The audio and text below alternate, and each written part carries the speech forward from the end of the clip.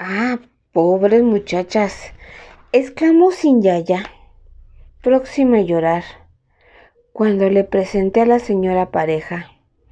Me sorprendí de que alguien expresara piedad por ellas, ya que todos los que estaban implicados con la izquierda y derecha o se reían o bostezaban de ellas, o como a Huizotl, las miraban como un lujo puesto a la venta en el mercado, como la carne de un animal raro. Sin embargo, Yaya maternalmente las trató con ternura a todo lo largo de la jornada. Atzintzuntzani y continuamente les estuvo asegurando, como si ellas tuvieran el suficiente cerebro como para darse cuenta, que viajaban al encuentro de una nueva vida maravillosa de libertad y lujo. Bueno, supongo que estarían mucho mejor en la libertad comparable de un palacio, aunque fueran una especie de concubina doble, que siendo un objeto al que siempre se apunta y se ríe, confinadas en el zoológico de la ciudad.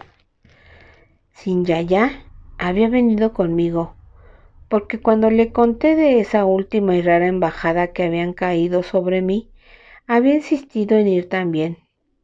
En un principio dije un fuerte no, porque sabía que ninguno de los que me acompañaran podrían vivir por mucho tiempo en el momento en que me cogieran tratando de robar una de las sacrosantas armas de metal, como sería lo más probable. Sin embargo, Yaya me probó persuasivamente que si podíamos disipar las sospechas de nuestro anfitrión con anticipación, tendría una gran oportunidad para irme acercando a tal arma y llegarla a poseer sin ser descubierto. ¿Y qué puede ser menos sospechoso?, preguntó. Que un hombre y su esposa viajando juntos. Y yo quiero ver los paisajes de Michoacán.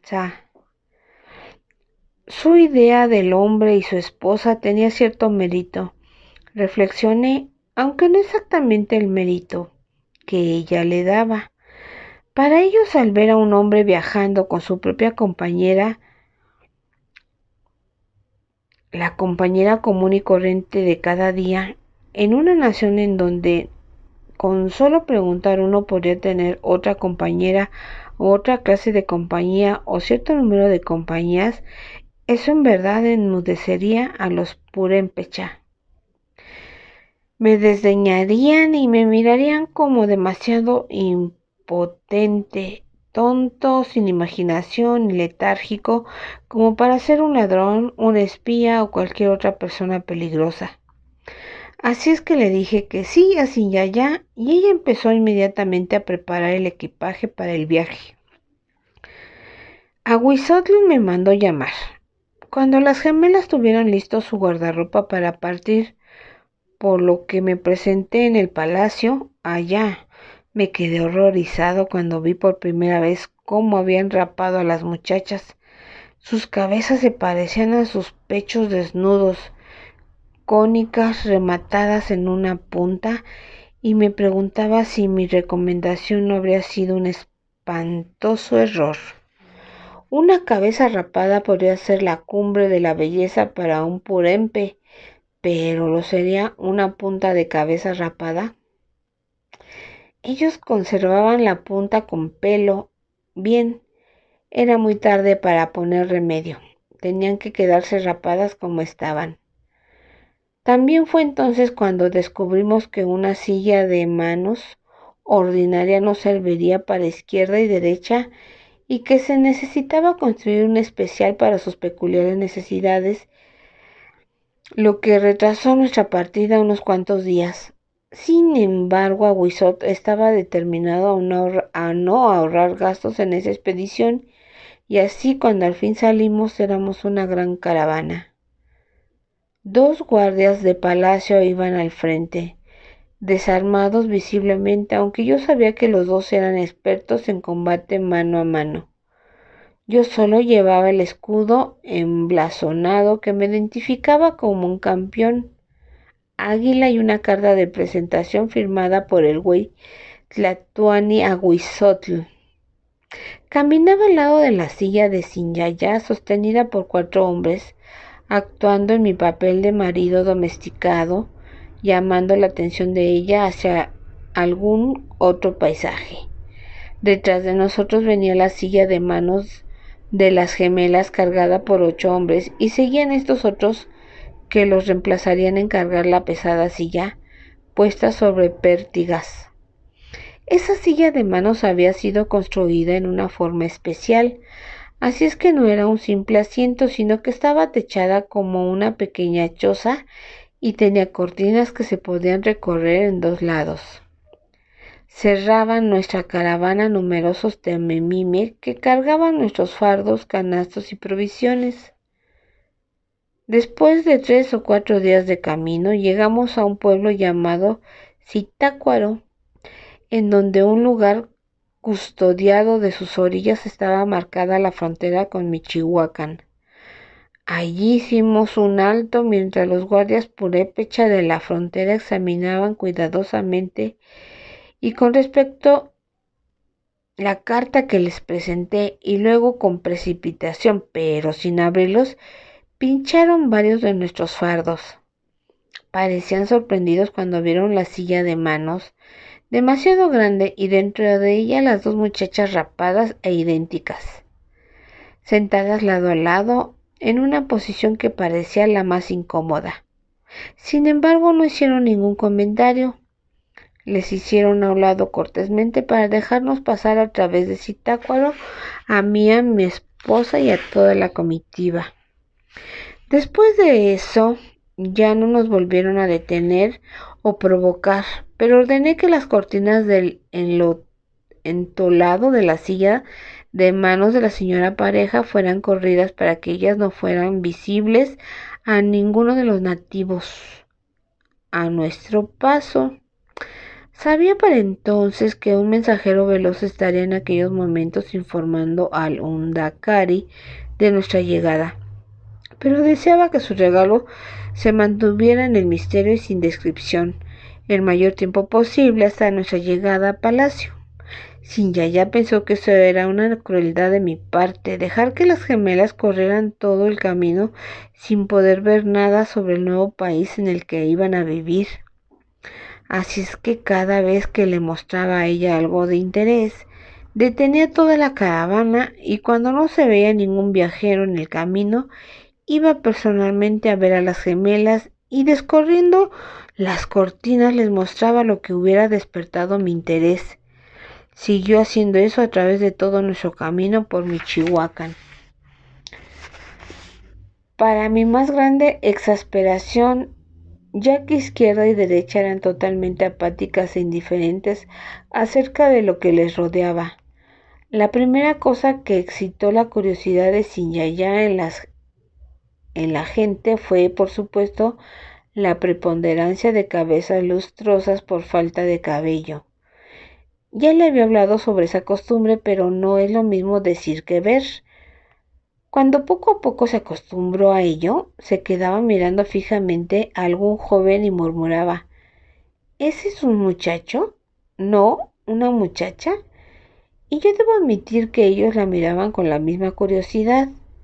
Los purépecha estaban acostumbrados a ver a otras gentes con pelo, viajeros extranjeros, su gente de clase baja y quizás algunos excéntricos, pero nunca antes habían visto a una bella mujer con un cabello tan largo y abundante y que partiendo de su frente tenía un vívido mechón blanco, así es que también ellos la miraran fijamente y luego murmuraban. Había otras maravillas aparte de la gente. La parte de Michoacán que por aquel entonces estábamos cruzando tenía montañas como cualquier otra tierra, pero estas parecían estar asentadas en el horizonte, siendo un simple marco a las llanuras o a la nación suave y ondulante que encerraban.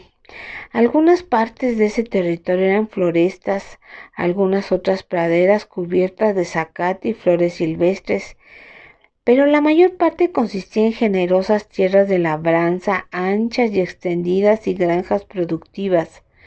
Allí había campos inmensurables de maíz, frijol, chilis, huertos de aguacantín y de frutos dulces. Aquí y allá se levantaban en medio de los campos los graneros de adobe en donde se almacenaban la semilla y el producto. Estos estaban hechos en forma cónica como una reminiscencia de las cabezas puntiagudas de la señora pareja.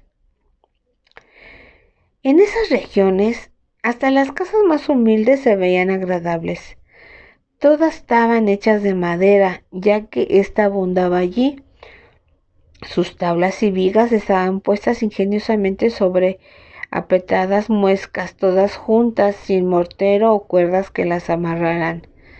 Cada casa tenía un alto tejado puntiagudo, cuyas alas caían circundando la casa, pues este tipo de construcción era la mejor para dar sombra durante la estación caliente y para dejar caer el agua en la estación húmeda.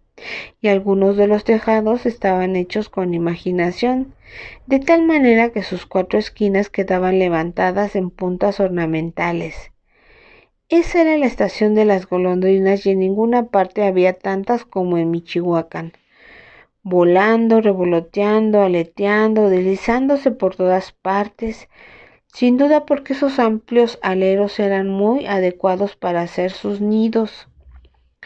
Con sus bosques y sus corrientes de agua, Michoacán era un hogar hospitalario para toda clase de pájaros. Los ríos reflejaban los colores centellantes y brillantes de los papagayos, los pájaros musicapa y los pájaros pescadores. En las florestas los pájaros carpinteros hacían constantemente su ruido peculiar de clavar y tamborilear.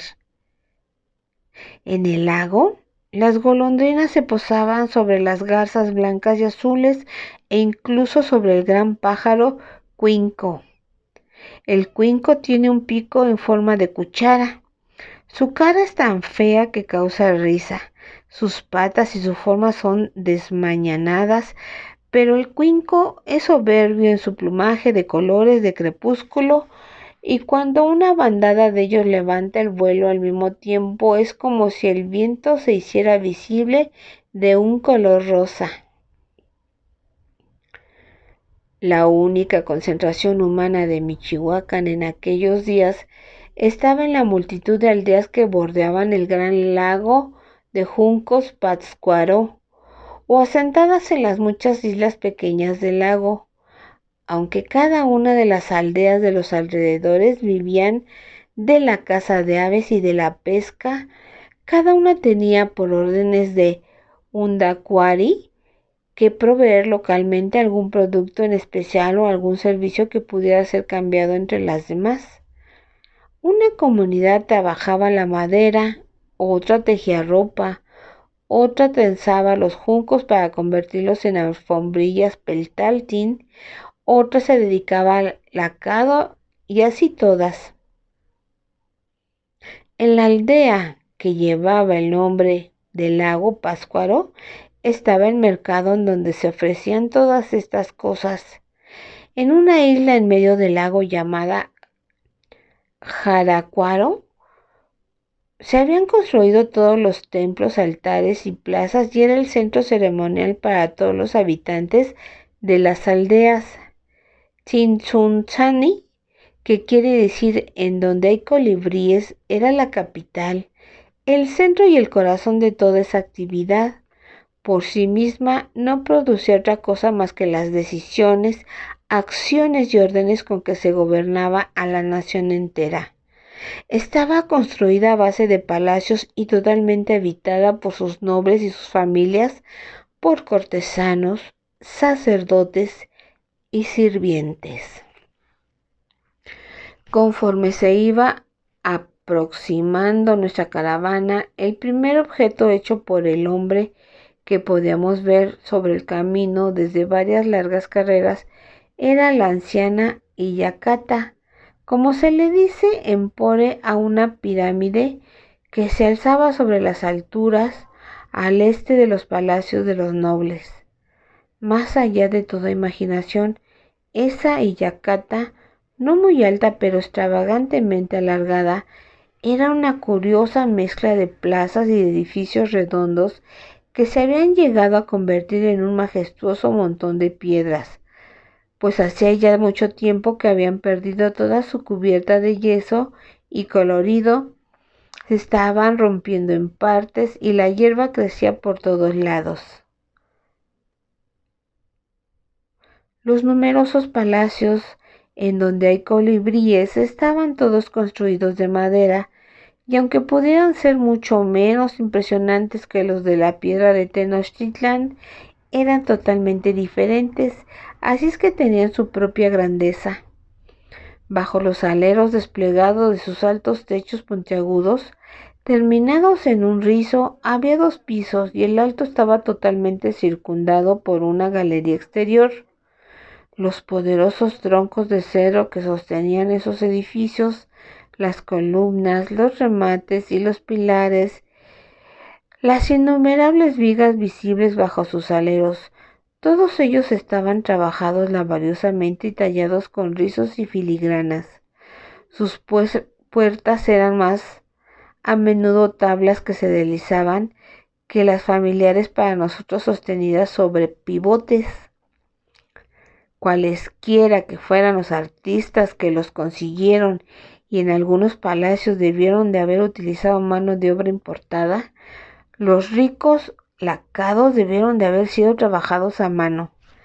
Cada palacio tenía bellos ornamentos que brillaban de color y de oro batido, pero por supuesto el palacio de Undaquari hacía que los otros parecieran insignificantes. Los mensajeros veloces habían tenido a Ikigari informado de nuestra aproximación. Así es que nuestra llegada era esperada y una multitud de nobles con sus esposas nos estaba aguardando para recibirnos. Un poco antes de nuestra llegada, la comitiva se había desviado hacia el lago y buscando un lugar solitario donde todos nos bañamos y nos pusimos nuestros trajes más finos. Llegamos a la entrada del palacio sintiéndonos frescos y altivos. Ordené que dejaran las sillas de manos junto a una pared que tenía un jardín colgante sombreado por altos árboles. Despedí a nuestros guardias y cargadores, quienes fueron conducidos a las habitaciones de los criados. Solo Sinjaya, la señora pareja y yo fuimos a través del jardín hacia el gran edificio del palacio. En la confusión general que provocaron los que nos daban la bienvenida, la manera singular de caminar de las gemelas pasó desapercibida. Entre la alegría y los murmullos de bienvenida, aunque no pude comprender todo lo que decían, fuimos conducidos a través de los portales de troncos del cedro dentro de una terraza también de cedro. Luego atravesamos una gran puerta abierta y pasamos por un corredor al salón de recepciones de Ikigari. Era inmensamente largo y ancho y con 2 pisos de alto, como el patio interior del palacio de Tenochtitlán, pero cubierto. A cada lado había unas escaleras que terminaban en un pasillo circular interior, sobre el que abrían los cuartos superiores. El Undaquari estaba sentado sobre su trono, pero no era otra cosa más que un Ikpali, silla baja. Sin embargo, de la entrada del salón al lugar en donde él se encontraba, la distancia era tan grande que claramente se veía que había sido proyectada en esa forma para que el visitante se sintiera como un pedigüeño. A pesar de lo grande que era el vestíbulo, este estaba completamente lleno de señoras y señores vestidos elegantemente, pero se hicieron hacia atrás, a ambos lados, para que pudiéramos pasar cómodamente, primero yo, luego Sinjaya y después la señora pareja. Caminamos despacio en procesión, solamente hacia el trono, y yo levanté mi topacio solo el tiempo suficiente como para echarle una buena mirada al Ikigari. Antes solamente lo había visto una vez, en la dedicación a la Gran Pirámide, y en aquellos días no lo había podido ver con claridad. Ya entonces era viejo y ahora lo era más, un manojito arrugado de hombre. Debió de haber sido su calvicie la que había inspirado esa moda entre su pueblo, aunque él no necesitaba usar una hoja de obsidiana para raparse. Era tan desdentado como pelón y casi sin voz. Nos dio la bienvenida con un susurro desmayado, como el sonido que hace un pomito de semillas al ser agitado. Aunque me sentía contento de desembarazarme de la lerda señora pareja, sentí cierto remordimiento al ponerla, aunque fuera rara, dentro de los dedos como tijeretas de aquella vieja semilla retorcida y marchita. Le extendí la carta de Ahuizotl al Undacuari. A su vez se la dio a su hijo mayor, ordenándole con impertinencia que la leyera en voz alta. Siempre había concebido a los príncipes como hombres jóvenes, pero si este príncipe heredero Tsimtsichicha se hubiese dejado crecer el pelo, esto hubiera sido gris. Sin embargo, su padre todavía le jadeaba órdenes, como si no llevara un taparrabo bajo su manto. ¿Un regalo para mí? Graznó el padre cuando el hijo acabó de leer la carta en poré. Fijó sus ojos leñosos sobre Sinyaya, que estaba parada a un lado de mí, y se relamió las encías. Puede ser una novedad, sí. Que la rapen toda, menos el mechón blanco. Sinyaya, horrorizada, se puso detrás de mí. Rápidamente le dije: «Este es el regalo, mi señor Inkingare», y me acerqué a la señora pareja. Las hice detener exactamente enfrente del trono y les arranqué su vestidura de una sola pieza, color púrpura, que las cubría del cuello a los pies. La multitud allí reunida lanzó un grito por haber destruido esa pieza hecha de un material tan fino, y luego dieron otro de sorpresa cuando la tela cayó al piso y las mellizas quedaron desnudas. «Por los huevos emplumados de Curcawari», resolló el viejo usando el nombre poré de Quetzalcóatl. Él continuó diciendo algo, pero su voz se perdió entre el parloteo de sus cortesanos, que seguían con sus exclamaciones de sorpresa, y de lo único que me pude dar cuenta era de que le estaba babeando la barbilla. Obviamente el regalo había tenido mucho éxito. A todos los presentes, incluyendo a las diversas esposas coronadas y concubinas del Undacuari, se les dio la oportunidad de acercarse a empujones para ver de cerca a la señora pareja. Algunos hombres y también unas pocas mujeres se acercaban descaradamente con sus manos y hicieron caricias en alguna parte de la señora pareja. Cuando la curiosidad de todos quedó satisfecha, Inkingare graznó una orden que dejó vacío todo el salón de recepciones, con excepción de él, de nosotros, del príncipe heredero y de unos cuantos guardias impasibles parados en los rincones. «Ahora aliméntenme», dijo el viejo restregándose sus manos secas. «Debo prepararme para darme un buen agasajo, ¿eh?» El príncipe Tsimtsicha pasó la orden a uno de los guardias, quien salió.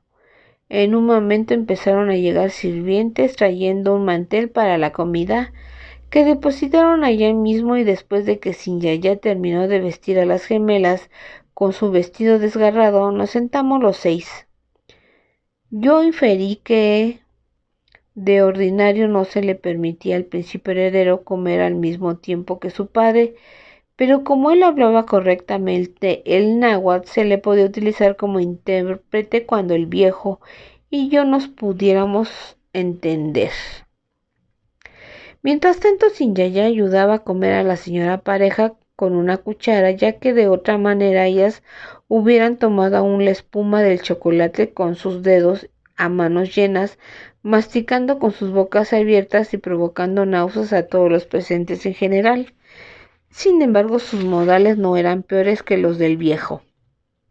Cuando nos sirvieron a nosotros el delicioso pescado blanco que solo se puede encontrar en el lago de Pátzcuaro, él nos dijo con su sonrisa desdentada: coman, disfruten, yo solo puedo tomar leche.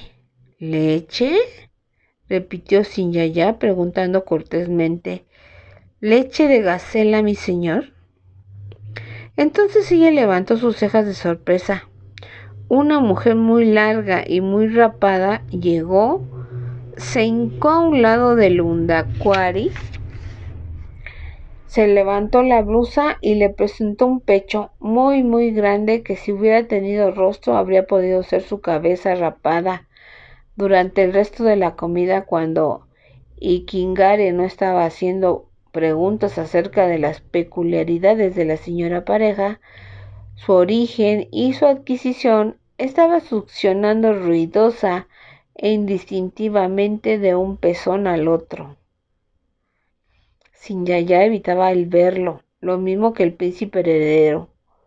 Ellos simplemente movían su comida de un lado a otro en sus platos lacados de oro. Las gemelas comían hasta por los codos, porque siempre lo hacían así, y yo comí abundantemente porque estaba prestando muy poca atención a las vulgaridades que estaba haciendo Inkigari, ya que estaba viendo algo atrás de él.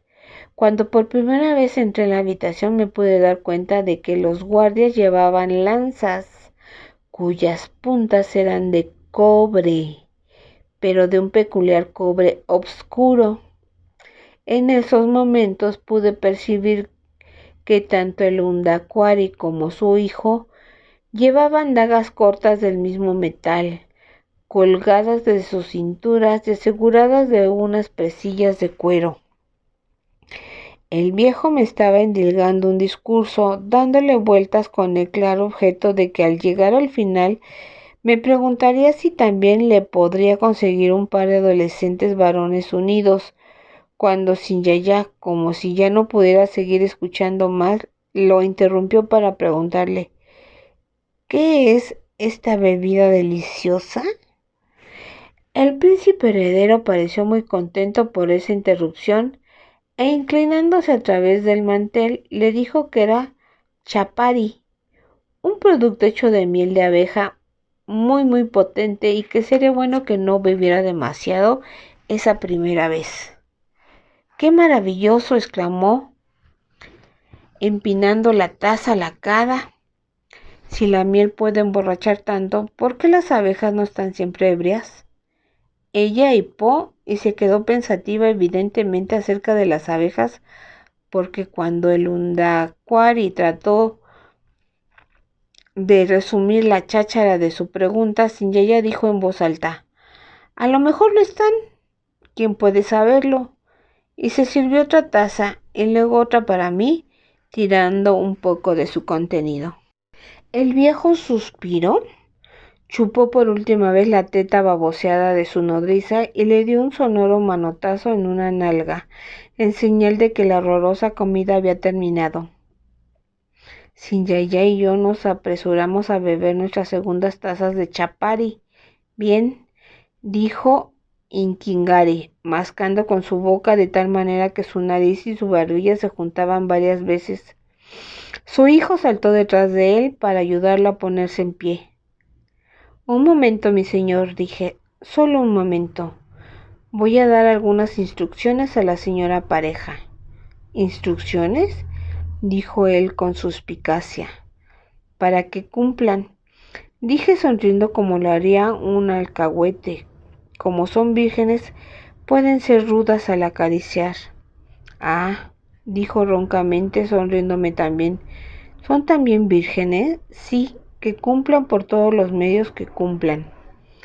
Tanto sin yaya como sin chicha me lanzaron por un igual a una mirada de desprecio cuando me llevé a las gemelas aparte y les di instrucciones urgentes que en ese momento se me ocurrieron. Fue bastante difícil, porque tenía que hablar muy bajo y en una mezcla de náhuatl y de coatlicámac, y ellas eran tan estúpidas, pero al fin Las dos asintieron, aunque con cierta clase de lerda comprensión, y encogiéndome de hombros, de esperanza y de desesperación, las llevé hacia el Undacuari. Sin protestar, ellas lo acompañaron escalera arriba ayudándolo a subir, y de hecho parecía como si un cangrejo ayudara a una araña. Un poco antes de alcanzar el piso alto, la araña se volvió y gritó algo a su hijo en poré, tan carrasposamente que no pude entender una palabra. Chimchicha asintió obedientemente. Luego se volvió y me preguntó que si yo y mi señora estábamos listos para retirarnos. Ella solo hipó, así es que yo contesté que pensaba que sí, lo estábamos, pues había sido un día muy largo. Seguimos al príncipe heredero escaleras arriba, al otro lado del vestíbulo. Así como pasó todo allí en Chinchunchani, por primera vez y única vez en nuestra vida de casados, Sin Yaya y yo nos acostamos con otras gentes. Sin embargo, les suplico que recuerden, reverendos frailes, que tanto ella como yo estábamos un poco borrachos por el chapari. De todas formas, no fue exactamente como suena y lo explicaré de la mejor manera posible. Antes de salir de casa traté de explicarle a Sin Yaya la predilección de los purépecha por inventar prácticas sexuales voluptuosas y aún perversas. Así es que estuvimos de acuerdo en no demostrar sorpresa o disgusto ante cualquier tipo de hospitalidad de esa naturaleza que nos pudiera ofrecer nuestro anfitrión, sino declinarla de la mejor manera posible, o por lo menos eso fue lo que habíamos determinado. Pero cuando esa hospitalidad nos fue brindada y cuando nos dimos cuenta de lo que se trataba, ya estábamos tomando parte en ella. Si nosotros no reculamos ante ello, fue porque, aunque no pudimos decidir después que había sido perverso y que inocuo, fue innegablemente delicioso.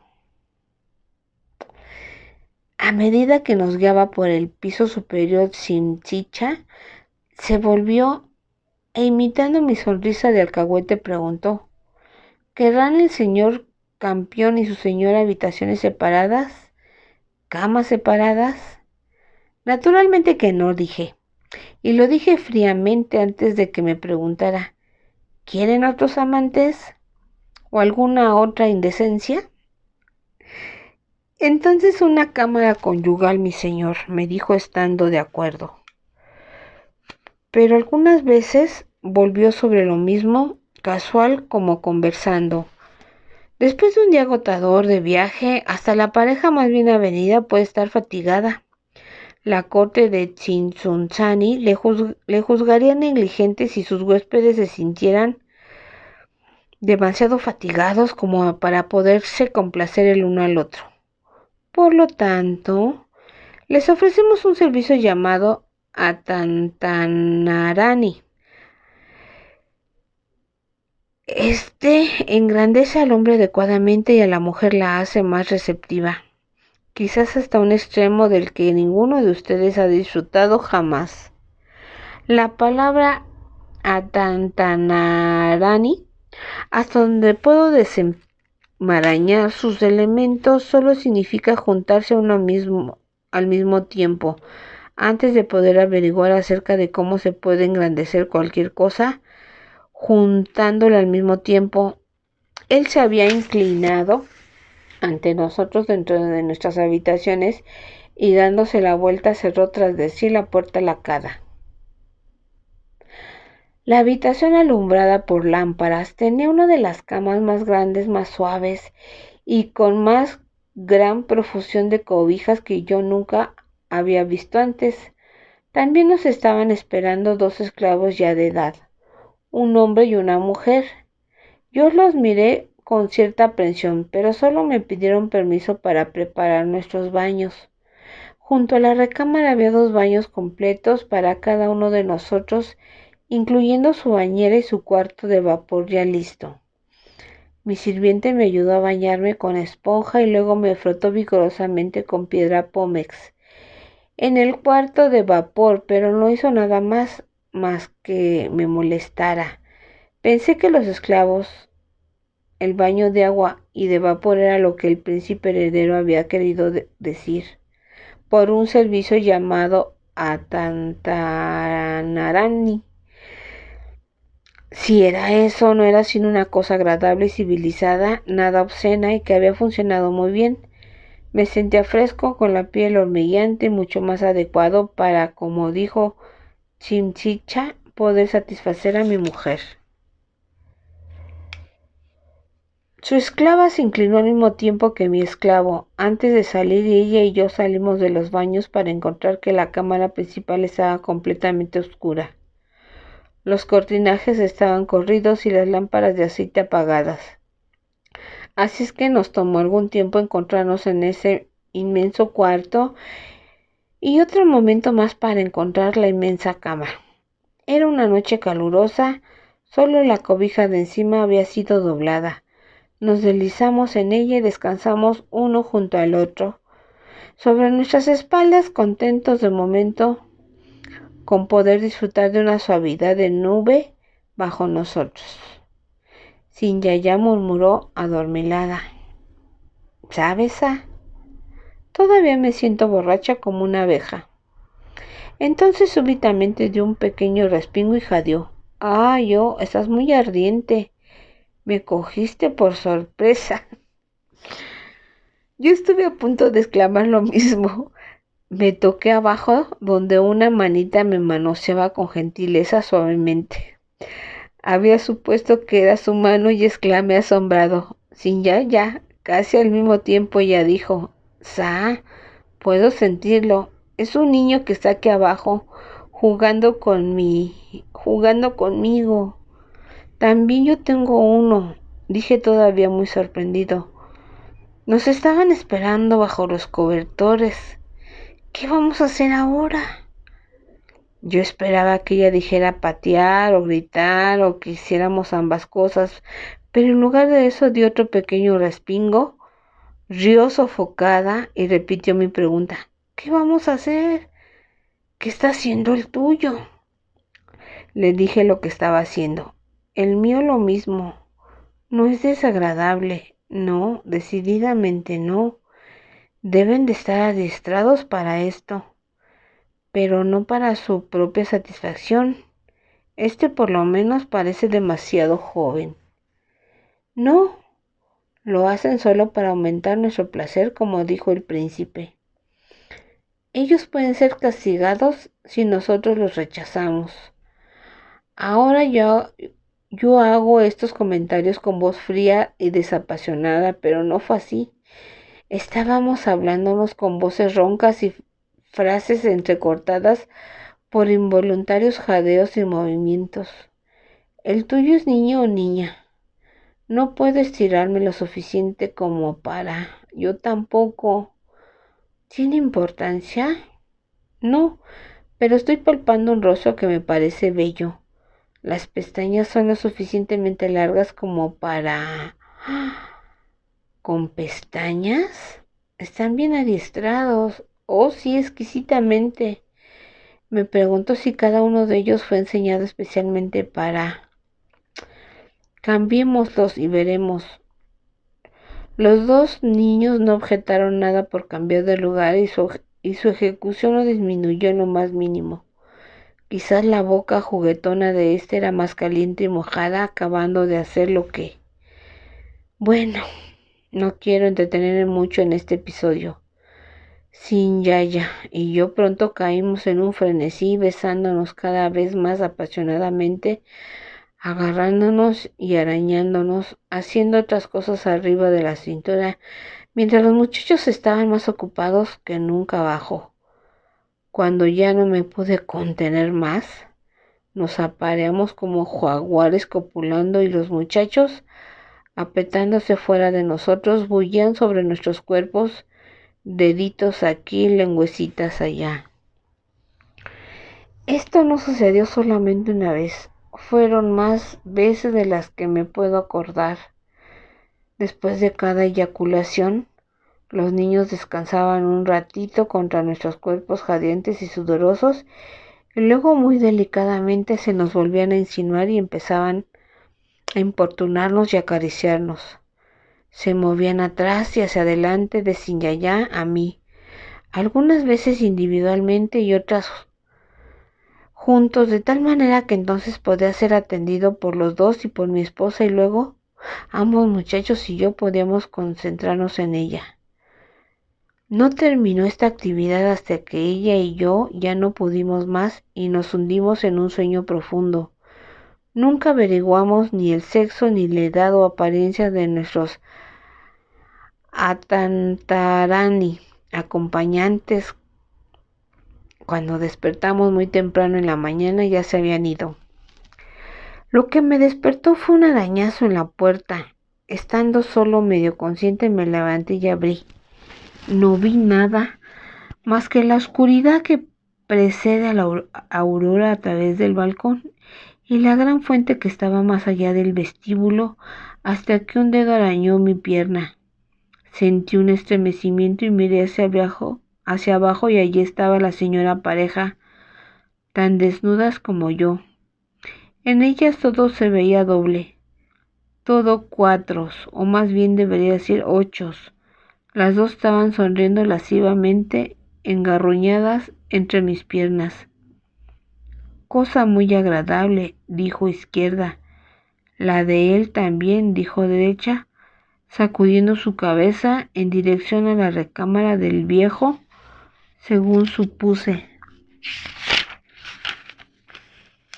¿Qué hacéis aquí?, le pregunté tan ferozmente como se podía hacer en un susurro. Una de sus 8 extremidades se levantó y puso en mi mano la daga de Inkingare. Investigué el oscuro metal, mucho más oscuro en las tinieblas, y dejé correr mi pulgar a lo largo de su filo. En verdad que era filoso y puntiagudo. Lo hicisteis, dije sintiendo una intempestiva gratitud, casi afecto por ese monstruo agachado a mis pies. Fácil, dijo Derecha. Él puso ropas a un lado de la cama, dijo Izquierda. Él puso eso en mí, dijo Derecha, picando mi tepulí y haciéndome saltar otra vez. Agradable. Yo me aburrí, dijo Izquierda. Nada que hacer, solo vaivén. Yo busqué otras ropas, sentí algo redondo, encontré cuchillo.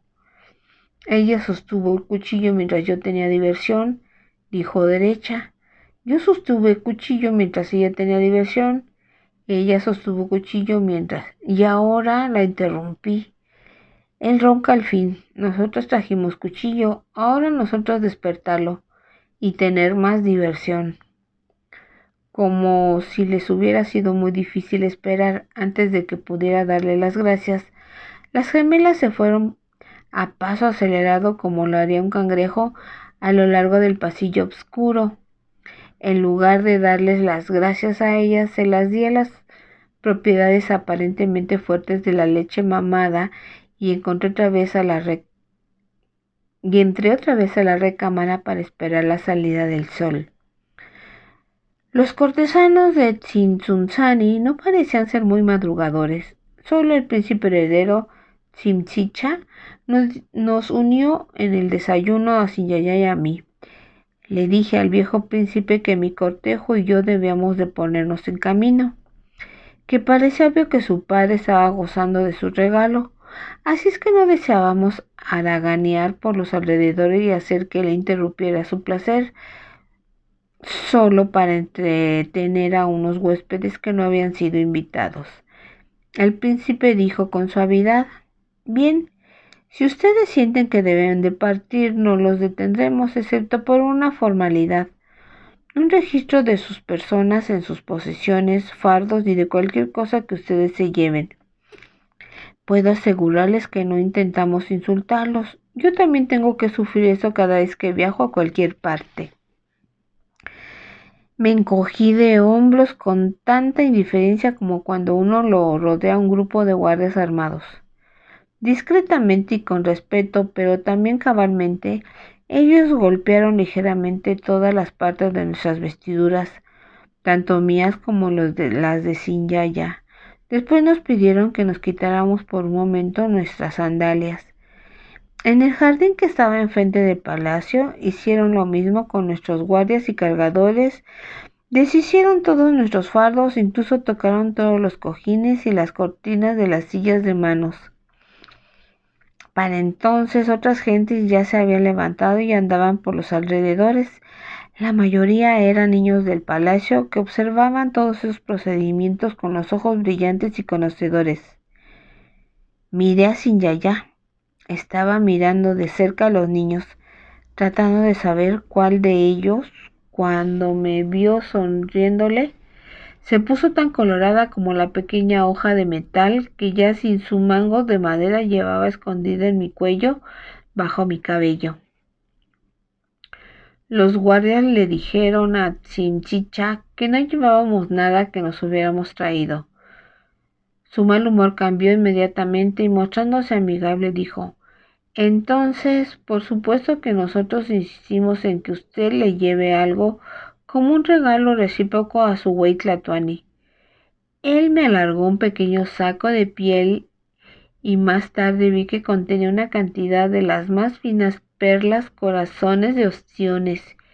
Y continuó él: algo todavía más precioso que podrá caber en esa litera tan grande que ustedes traen. No sé lo que hará mi padre sin ella, ya que es su posesión más preciada, pero esa ha sido su orden. Y diciendo eso nos dio a la tremenda mujer rapada que había alimentado al viejo en la cena de la noche anterior. Era por lo menos 2 veces más pesada que las gemelas juntas, y con todo el camino de regreso a casa, los cargadores se tuvieron que turnar continuamente para poder sobrevivir, y toda la comitiva se detenía más o menos cada larga carrera, y esperábamos impacientes mientras la nodriza sin ninguna vergüenza se sacaba la leche con los dedos para aliviar su presión. Sinjaya rió todo el camino de regreso y siguió riendo aun cuando Ahuizotl mandó que me dieran garrote allí mismo cuando le presenté su regalo. Entonces rápidamente le expliqué lo que aparentemente podía hacer el viejo marchito con Inkingare. Él la miró apreciativamente y canceló la orden de estrangularme, y Sinjaya siguió riendo tanto que al venerado orador y a mí nos quedó más remedio que unirnos a su risa.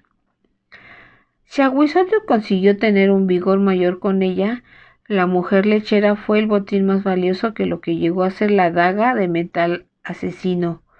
Nuestros forjadores de metales mexica la estudiaron ansiosamente, raspándola profundamente, tomando limaduras de ella, y por último llegaron a la conclusión de que estaba hecha de una mezcla de cobre y estaño, pero más que trataron nunca pudieron encontrar las proporciones adecuadas, las temperaturas o algo por el estilo.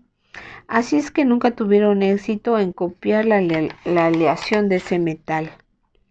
Sin embargo, como el estaño no existía en estas tierras, a excepción hecha de los pedacitos cruciformes que usábamos como moneda corriente para canjear, y ya que estos nos llegaban a través de las rutas comerciales del sur, desde algún país lejano y desconocido, pasando de mano en mano, Ahuizotl pudo por lo menos ordenar una confiscación inmediata y continua de todos ellos. Así es que el estaño desapareció como moneda circulante, ya que no teníamos otro uso que darle. Supongo que Ahuizotl solamente lo apiló en algún lugar fuera de la vista. En cierto modo, ese fue un gesto interesado. Si nosotros los mexicas no podemos tener el secreto del metal, nadie más lo podría tener. Pero para entonces los Purépecha ya tenían suficientes armas como para que Tenochtitlán jamás se sintiera animado a declararle la guerra, y al detener los envíos de estaño, por lo menos preveníamos que siguieran haciendo más armas adicionales, las suficientes como para que se envalentonaran y nos declararan la guerra. Así es que supongo que puedo decir que mi misión en Michoacán no fue del todo inútil.